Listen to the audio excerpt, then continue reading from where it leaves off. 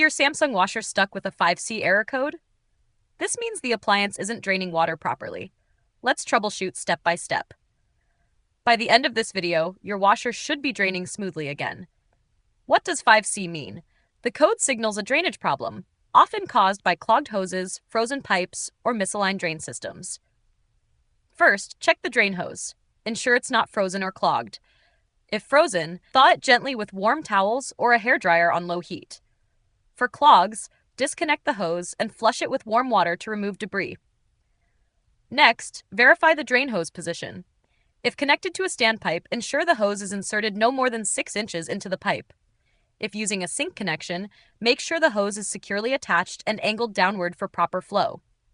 If the error persists, clean the debris filter. Locate the filter, refer to your manual, link in the description, turn off the water supply, and rinse it under warm water to clear blockages. Ensure the drain hose is fully straightened from the washer to the drain system.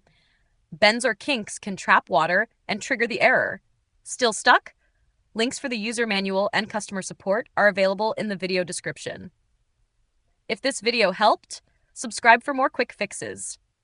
Have another issue? Let us know in the comments.